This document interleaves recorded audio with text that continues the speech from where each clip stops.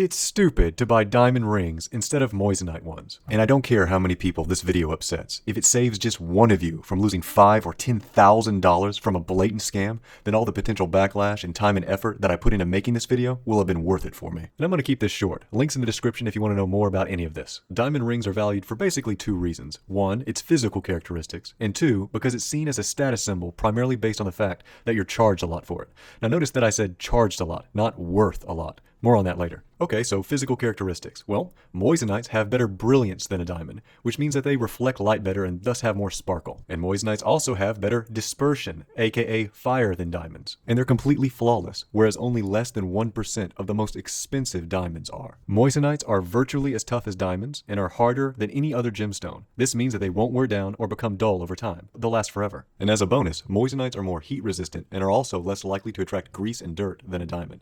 This means a moissanite will sparkle more in between cleanings. Oh, and I almost forgot. They only cost around 5 to 10% of what a diamond of the same size would. Now, if you've never heard of moissanite, at this point you might be thinking, wait a second, Invictus. A moissanite ring has better brilliance and more fire than a diamond, will last forever like a diamond, will retain its sparkliness more in between cleanings, is flawless, unlike most diamonds, and costs only around 5 to 10% of a similarly sized, flawed diamond ring?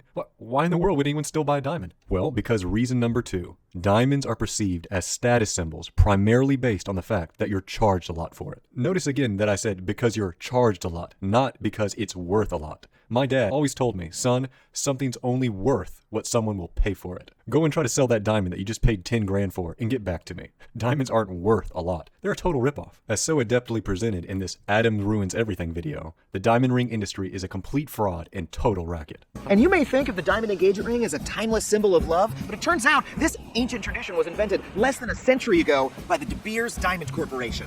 Before the 1930s, nobody exchanged diamond rings when they got engaged. It wasn't a thing. But in 1938, the De Beers Diamond Cartel launched a massive ad campaign, claiming that the only way for a real man to show his love is with an expensive hunk of crystallized carbon. And we bought that shit. In fact, every element of the traditional American engagement was designed to make more money for De Beers. Well, it's not like I'm throwing my money away. I mean, at least the ring is worth something. Yeah. Actually, diamonds are intrinsically worthless. I refuse to believe that. Well, maybe you believe De Beers chairman Nicky Oppenheimer, who once said, quote, "Diamonds are intrinsically worthless." Shut up, shut up, shut up. In fact, they're quite common. The only reason diamonds are even expensive is that De Beers has a global monopoly on diamond mining, and they artificially restrict the supply to jack the prices up. But in reality, those assholes have a fuck ton of them.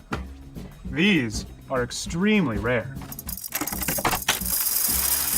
Pay no attention to that. Which means that diamond you just blew your savings on has virtually no resale value. That's why De Beers wants you to think a diamond is forever. If you never try to sell it, you'll never figure out how badly you got fucked. Then in 2005, De Beers settled an antitrust lawsuit that had accused them of a conspiracy to fix the price of diamonds. De Beers agreed to pay $295 million back to American consumers. And in a separate case with the US government, De Beers pled guilty to price fixing. De Beers' market share began to go down.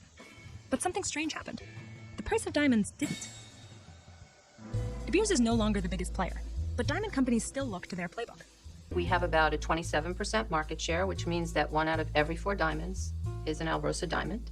How do you think about stockpiling diamonds, and how does the industry make sure that there aren't too many diamonds on the market in such a way that would cause the price to go down?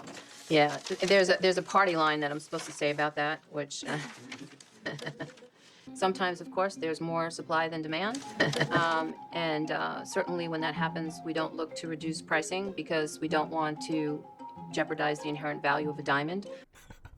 Oh goodness. Spending $5,000 to $10,000 of your life savings on a diamond ring right at the beginning of your life together. What an especially horrible time to throw away money on an inferior, rip-off luxury item. And look, if you're really dead set on flaunting how much you spent on something, there are ways to do it without getting completely ripped off. For instance, a nicer house, a Rolex watch, a Lexus, and not to mention the most common one throughout history, pure gold jewelry.